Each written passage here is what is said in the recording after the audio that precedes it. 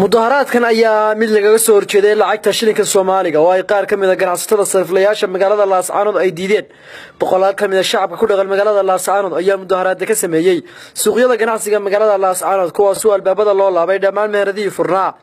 waxa hakad galay isku socodka dadka iyo gaadiidka iyadoo dhawaaqa rasaasta laga maqlayay xaafadaha kala duwan ee magaalada Laascaanood walow aysan jirin cid wax ku noqotay rasaastaasi shacabka ku dhaqan magaalada Laascaanood oo la hadlay telefishinka SBC ayaa sheegay inaysan haba yaraatay yeeli doonin in la joojiyo lacagta shilinka Soomaaliga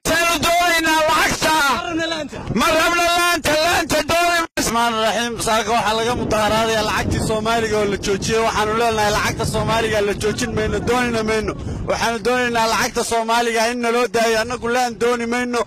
lacagii aan ku garaatanay ayaanu doonaynaa waa sida aanu idin sheegnay marka hadii la rabo gobolka xasilaadiisa waxaanu doonaynaa in lacagta la daayo ilaa iyo amar dambe asaas u soconaysa waxaan ku midaysnaa Soomaaliya baan ku midaysnaa inna ma doonayna anagu dalka yaga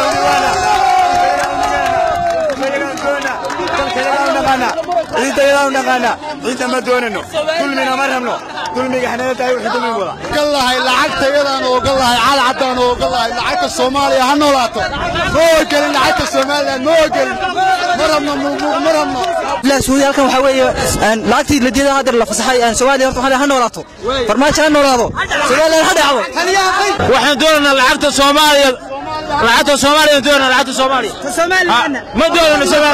Soomaaliya doonayna Soomaaliya ku qashan marna lacagta saaka waxaan isugu soo baxnay inaanu ka hadalno lacagta shilin Soomaaliga oo la diiday ee farmaajo waxaanu doonaynaa lacagtaas shilin Soomaaliga ay shaqaynaysa inaanu qaadano wixii lacagta laantaana ma doonayno mana rabno mana raacsanin ganacsatada waxaan u sheegaynaa haddaysan dayn bakhaar dambe inuu soo badbaaday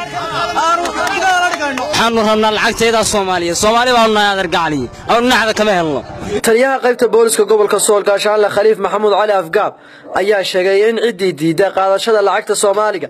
la marin doono xukun sharciya waxaan halkan ugu baaqaynaa ganacsatada reer Sool bakhaarleyda waxaweye kuwa waracda fadhiya ganacsatada yaryar iyo ganacsatada waaweynba inay lacagta shilin Soomaaliga oo hore halkan uga socon jirtay oo ay dadka ka joojiyeen oo ay cunaqabateyn saareen inay lacagtaas sii daayaan